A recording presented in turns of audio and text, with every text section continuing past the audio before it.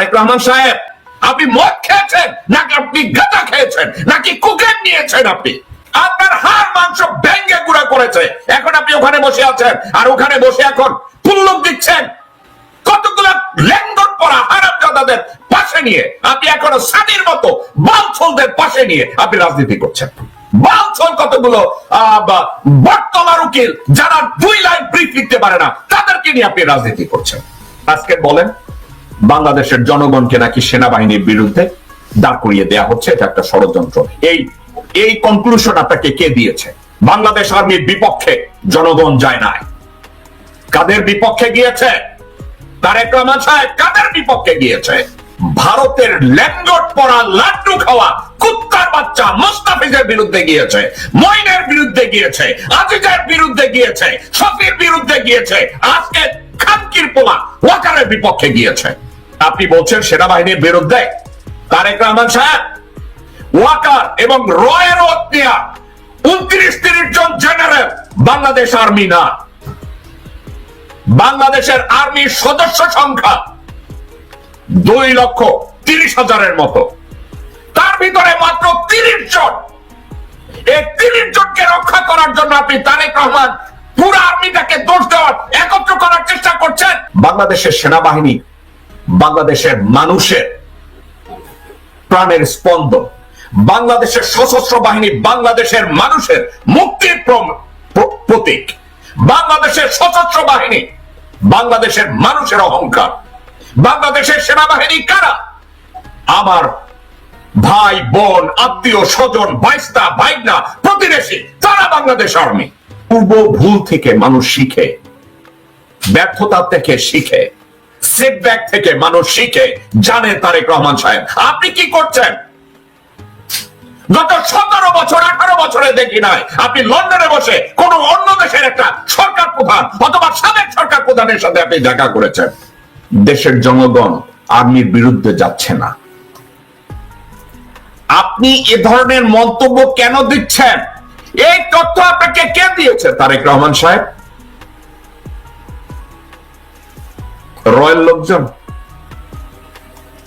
নাকি আপনার আশেপাশে কতগুলো বটতলার উকিল হারামজাদা পশু না ফারমান বসে আছে ওইগুলো? নাকি মির্জা ফখরুল, আব্দুল আওয়াল মিন্টু, আমির খসরু মাহমুদ, ইকবাল চুকু,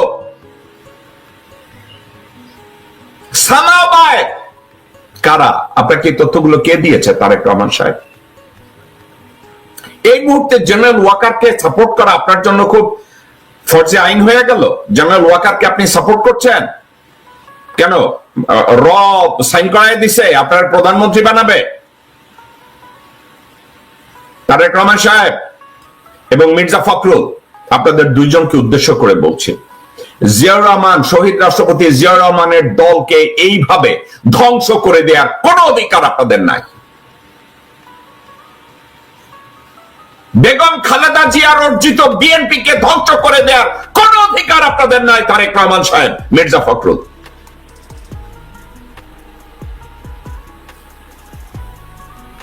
আপনার বাবা মেজর হয়ে নিজের জীবনের উপরে ঝুঁকি রেখে, নিজের স্ত্রী পুত্রদের উপরে ঝুঁকি রেখে স্বাধীনতা ঘোষণা করেছিলেন এই ভারতের তাবেদারি করার জন্য না।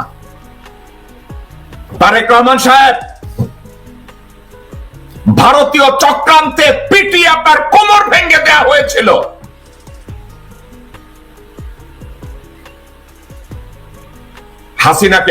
হাসিনা এবং আওয়ামী লীগকে পুনর্বাসন করতে গিয়ে আপনার বাবাকে জীবন দিতে হয়েছে।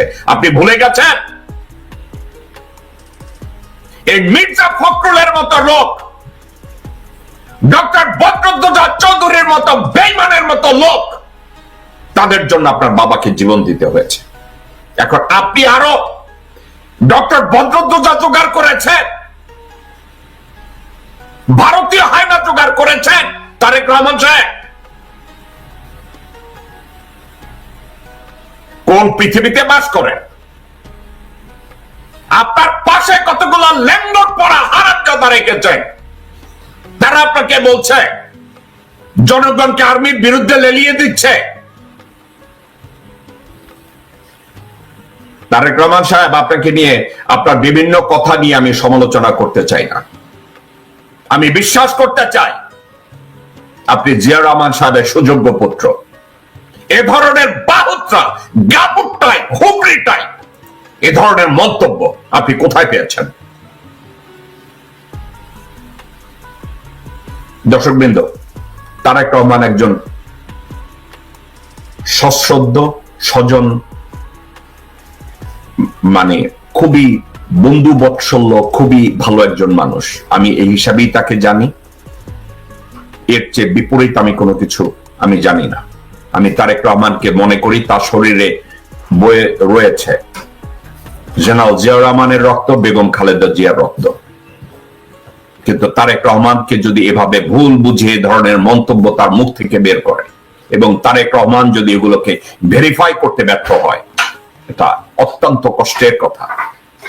বেগম জিয়ার অসুস্থতার সুযোগে ভারতীয় আধিপত্যবাদী যেসব কুত্তারা রয়েছে তারা যদি চারিদিকে ঘিরে ধরনের কথা বলে, তারেক রহমান সাহেব, মির্জা ফখরুল এবং দেশের আজকের যারা এসব কথার সাথে বিশ্বাস করেন, আমি তাদের উদ্দেশ্যে একটা কথা বলি। একটা সেনাবাহিনীকে ধ্বংস করার জন্য ওই দিনই ধ্বংস করার পায় তারা শুরু হয় যেদিন জেনারেল মোস্তাফিজুর রহমানকে রিটায়ারমেন্ট থেকে ব্যাক করে রয়ের ওত নেয়ার পরে তাকে সেনা প্রধান করা হয়। ওই দিন বাংলাদেশ আর্মি ইনস্টিটিউশনের ভিতরে রয়ের গোড়াপত্তন শুরু হয়। ৯৬ সালে আপনাদের মনে আছে, জেনারেল মোস্তাফিজকে রিটায়ারমেন্ট থেকে ডেকে রয়ের ওত প্রথম নেওয়ানো হয় তাকে। রয়ের ওত নেওয়ানোর পরে তাকে আর্মি চিফের দায়িত্ব দেওয়া হয়। দর্শকবৃন্দ, তারপরে শুরু হয় মোস্তাফিজের পরের থেকে কতগুলো, এখন দেখি কয়েক জায়গায় মন্তব্য দেয়।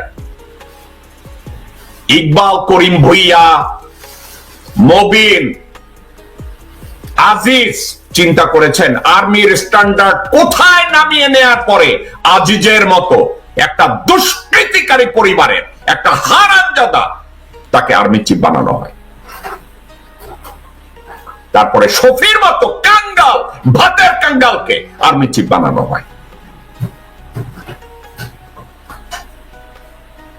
তারপরে কি তাই মইনের মতো একটা হুবড়িকে বেগম জিয়ার আপন ভাই সাইদ ইস্কান্দার ক্ষমতাকে কুক্ষিগত করার জন্য একটা লিলিপুট হারামজাদা মইনকে সেনাপ্রধান বানায় এবং তার খেসারত যায় তারেক জিয়ার উপরে। তারেক জিয়াকে পিটিয়ে পঙ্গু বানানো হয়। তাকে অকথ্য ভাষায় নির্যাতন করা হয়েছিল। তারেক জিয়া, আপনি কি এগুলো ভুলে গেছেন? তারেক রহমান এ ধরনের রেকলেস, এ ধরনের স্টুপিড কথাবার্তা দ্বিতীয়বার আপনার মুখ থেকে আপনি বের করবেন না। আপনাকে গালি দিতে আমার কষ্ট লাগবে।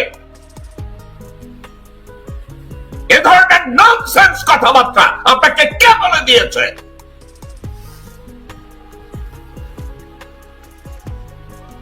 কেউ যদি আজিজের বিরুদ্ধে কথা বলে, সেটা কি সেনাবাহিনীর বিরুদ্ধে বলবে? সেনাবাহিনী সবার ভাই কি ডাকাবাজ, ডাকাত, খুনি? কেউ যদি শফির বিরুদ্ধে কথা বলে, শফি হচ্ছে ভাত না খাওয়া কাঙ্গাল, মঙ্গা, গাবু। এর অর্থ কি? সেনাবাহিনীর বিরুদ্ধে হলো মইনের বাচ্চা, মইনের খানকির পোলা ভারত থেকে কয়েকটা ঘোড়া নিয়ে শুয়ারের বাচ্চা বাংলাদেশটাকে ভারতের হাতে তুলে দিয়ে শুয়ারের বাচ্চা, বেঈমানের বাচ্চা এখন ফ্লোরিডায় বসে রয়েছে।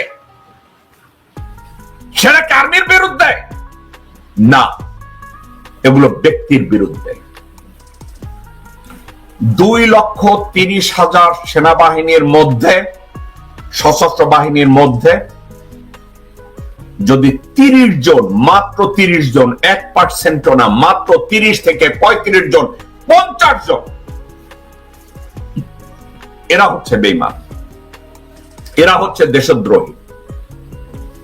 এরা বাংলাদেশের জনগণের জন্য কাজ করে না, এরা দেশের অস্তিত্বের জন্য কাজ করে না, এরা কাজ করে তাদের প্রভু ভারতের জন্য। অশোক স্তম্ভ তাদের টার্গেট, বাংলাদেশের জাতীয় শাপলা তাদের টার্গেট না, বাংলাদেশের জনগণের মুক্তি তাদের টার্গেট না, বাংলাদেশের সীমান্ত রক্ষা করা তাদের টার্গেট না, বাংলাদেশের জনগণের অধিকার রক্ষা করা তাদের দায়িত্ব না, বাংলাদেশের ভোটাধিকার অর্জন তাদের কর্তব্যের মধ্যে পড়ে না। তারা শুধু ভারতের স্বার্থ রক্ষা করবে ৩৫ থেকে ৩৫ জন।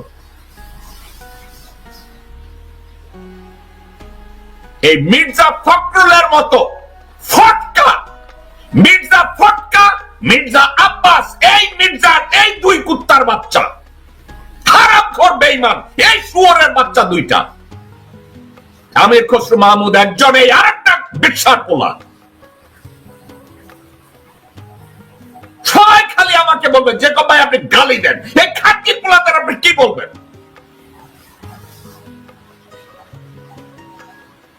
আজকে তারা বলে আমরা নাকি সেনাবাহিনীর বিরুদ্ধে জনগণকে ইগনাইট করতেছি, আমরা নাকি জনগণকে সেনাবাহিনীর বিরুদ্ধে লীলায় দিতেছি। বাট হারামজাদাদের দল। তারেক রহমান সাহেব, think twice before you comes up with this reckless comment. আমি অবাক হয়ে যাই, আপনার মতো একজন দায়িত্ববান মানুষ আপনি কি করে এ ধরনের মন্তব্য করতে পারেন? আমি জাস্ট অবাক হয়ে যাই, কি করে আপনি এ ধরনের কথা বলতে পারেন? দর্শকবৃন্দ, আমি তারেক রহমানের কয়েকটা লাইন আমি আপনাদের সামনে পড়ে শোনাচ্ছি।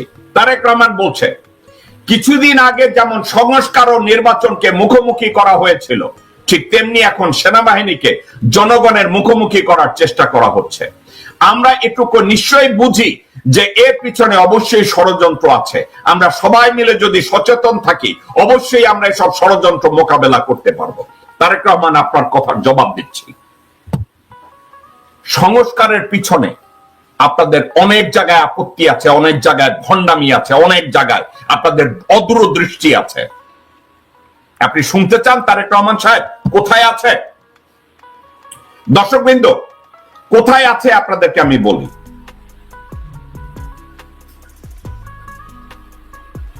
সংস্কার কর্মসূচির মধ্যে একটা জায়গায় ছিল, একজন ব্যক্তি সর্বাধিক 2 বারের বেশি প্রধানমন্ত্রী হতে পারবেন না। তারেক রহমান সাহেবের ওখানে আপত্তি আছে। দর্শকবৃন্দ, তারেক রহমান সাহেবের হাসিনা মাগির ওখানে আপত্তি আছে। লন্ডন পরিবারতান্ত্রিক রাজনীতিকে মুদ্রা দেয় আমি ওই পরিবারতান্ত্রিক রাজনীতির উপরে। তারেক রহমান মেনে নেন নাই। মির্জা ফখরুল বলেছে, আমরা ওটা মানি না। বুঝেছেন? তো আপনারা সংস্কার চাইবেন কেন? আপনারা তো লোটা বান্ড লইয়া বসে রয়েছেন, কবে আবার ক্ষমতায় আসবেন, বাংলাদেশ সারে চুইসা খাবেন। আপনারা ওই দলের লোকটা। দর্শকবৃন্দ, শুধু তাই না, একজন ব্যক্তি সর্বাধিক 2 বারের বেশি প্রধানমন্ত্রী হতে পারবেন না। সেক্ষেত্রে বিএনপি আপত্তি করেছে। এই বিএনপি কে অ্যাকোমোডেট করার জন্য রাশার মতো একটা সংবিধান ইনঅ্যাক্ট করার চেষ্টা করেছে। সেটা কি জানেন? বলছে ওকে, হতে পারবে 2 বারের বেশি, তাহলে কি করতে হবে? 2 বার প্রধানমন্ত্রী হয়েছে, তারপরে মধ্যে আবার একজন আর অন্য একজন আর নির্বাচিত হইতে হবে, পরে আবার তিনি ব্যাক করতে পারবে। এর মধ্যে এর অর্থ কি? আপনাদের রাশিয়ার নির্বাচনের কথা বলি। ভ্লাদিমির পুতিন ইলেক্টেড প্রেসিডেন্ট হলেন। এখন রাশিয়ার কনস্টিটিউশন অ্যালাউ করে না ভ্লাদিমির পুতিনকে কন্টিনিউয়াসলি যুগের পর যুগ প্রেসিডেন্ট থাকার। তখন ওই কনস্টিটিউশনের ভিতরে একটা ফর্মুলা তৈরি করলেন। পুতিন প্রেসিডেন্ট থেকে রিজাইন করে প্রধানমন্ত্রী হলেন এবং মেদভেদেভ পুতিনের একজন পাঁচাটা গোলাম, তাকে প্রেসিডেন্ট বানানো হলো। মেদভেদেভ প্রেসিডেন্ট হওয়ার 4 বছর পরে আবার পুতিন প্রেসিডেন্ট হয়েছে। দর্শকবৃন্দ, বাংলাদেশের কনস্টিটিউশনে এ ধরনের একটা অ্যারেঞ্জমেন্ট করার চেষ্টা করেছে। সেটা হলো এই যে 2 বারের বেশি কেউ প্রধানমন্ত্রী থাকতে পারবে না। আর যদি প্রধানমন্ত্রী ওই ব্যক্তি একই ব্যক্তি আবার প্রধানমন্ত্রী হতে চায়, মধ্যে তাকে একবার একটা টার্ম অন্য একজনকে প্রধানমন্ত্রী হবে, তারপরে আবার আসতে হবে আরেকজনকে। বিএনপি সেখানেও আপত্তি করেছে। এর অর্থ কি জানেন? মোরা একবার ক্ষমতায় নিলে ওইটারে সাকটা করে পকেটে রাখতে হইব। বিএনপি সেখানে আপত্তি করেছে, তো ওনারা সংস্কার চাইবে। আপনারা মনে হয় এই বিএনপি সংস্কার চায়? তারেক রহমান বলেছে, আর সংস্কারের কথা বলা হয়েছে। তারেক রহমান সাহেব, are you still inside the home of your mother? Where are you? Have you ever been discussed or confronted with the policy discussion?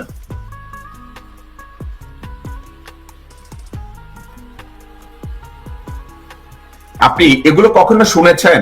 আপনাকে কেউ কখনো বলেছে, এ নিয়ে আলাপ আলোচনা করেছে? তারেক রহমান সাহেব, আপনার মা জীবনের শ্রেষ্ঠ ভুল করেছিল। এরশাদ পতনের পরে আপনার মা ভারতীয়দের পরামর্শে এবং হাসিনার ম্যানিপুলেশনে আপনার মা সংসদীয় গণতন্ত্র করতে গেছে। এই সংসদীয় গণতন্ত্র করতে গিয়ে হাসিনাকে সরকার প্রধান বানানোর সুযোগ তৈরি করে দিয়েছে আপনার মা। এটা ছিল আপনার মায়ের ব্যর্থতা। আপনার মা ওই দিন যদি সংসদীয় গণতন্ত্র না দেন এবং প্রেসিডেন্সিয়াল ফর্মে উনি যদি বাংলাদেশের প্রেসিডেন্ট হতেন, হাসিনা জীবনেও বাংলাদেশের প্রেসিডেন্ট হতো না, কারণ শি ইজ নট ইলেক্টেবল। বাংলাদেশে যদি প্রেসিডেন্সিয়াল ইলেকশন হয়, দর্শকবৃন্দ, বাংলাদেশের জনগণ কোনদিন শেখ পরিবারের কাউকে ভোট দিয়ে প্রেসিডেন্ট বানাবে না। সংসদীয় পদ্ধতি শুধু তৈরি করেছিল এই হাসিনাকে ক্ষমতায় আনার জন্য। এই কৌশল, এই কূটকৌশল আপনার আমার ভিতরে না ঢুকলেও আপনারা একটু লেখাপড়া করবেন না? আপনারা এগুলো জানবেন না? তারেক রহমান সাহেব,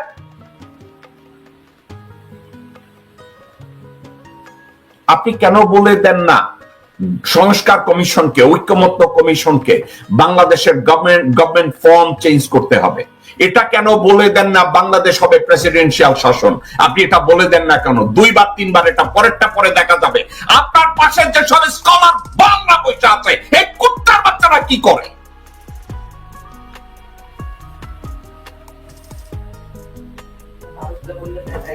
আপনারা ওখানে বসে কি করছেন? আপনি ঠান্ডা মাথায় কেন সংস্কার কমিশন এবং ঐক্যমত্য কমিশনকে বলে দেন না কেন? ফাইন, 2 টার্ম, কিন্তু বাংলাদেশ হবে প্রেসিডেন্সিয়াল ফর্ম। বাংলাদেশে হবে প্রেসিডেন্সিয়াল ফর্ম। দর্শকবৃন্দ এবং বাংলাদেশের জনগণ, দেশবাসী ভাই ও বোনেরা, আপনারা কান খুলে শুনে রাখুন। বাংলাদেশে যদি প্রেসিডেন্সিয়াল ফর্ম হয়, হাসিনা, রেহানা বা শেখ পরিবারের কেউকে মানুষ ভোট দিয়ে প্রেসিডেন্ট বানাবে না। আপনাদেরকে আমি ঠান্ডা মাথায় বলি, ওই দিন রয় ষড়যন্ত্রের কাছে বেগম জিয়া হেরে গিয়েছিলেন, হাসিনার ম্যানিপুলেশনে বেগম জিয়া হেরে গিয়েছিলেন এরশাদ পতনের পরে। এটা ছিল ওনার জীবনের সর্বশ্রেষ্ঠ ভুল যে উনি সংসদীয় গণতন্ত্র মেনে নিয়েছিলেন। আজকের বাদ এই বিষয়টাকে আমি বাদ দিলাম। আপনারা, তারেক রহমান সাহেব, আপনি বলছেন সংস্কারের কথা বলে নির্বাচন দেরিতে হয়েছে, এখন আবার জনগণকে সেনাবাহিনীর বিরুদ্ধে। তারেক রহমান, দুইটা জায়গায় আপনি ভুল। আপনি কেন ভুল আমি মাত্র বললাম। আপনি যদি নেগোসিয়েশনের জন্য বলেন সংস্কার কমিশনে, আপনার একটা কথা বলা উচিত, বাংলাদেশের form of government must change. আমরা সংসদীয় গণতন্ত্র চাই না। নাম্বার 1, কেন জানেন?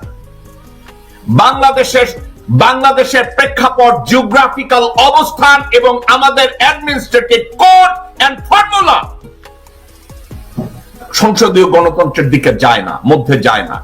এখানে যদি সংসদীয় গণতন্ত্র হয়, ভারত আওয়ামী লীগের বিভিন্ন জায়গায় সিট কিনে লোকজনদেরকে রেখেছে, লক্ষ লক্ষ কোটি কোটি টাকা ইনভেস্ট করে তাদেরকে নির্বাচিত করে সংসদে একটা সংসদীয় কু করার চেষ্টা করবে ভারতের পক্ষে।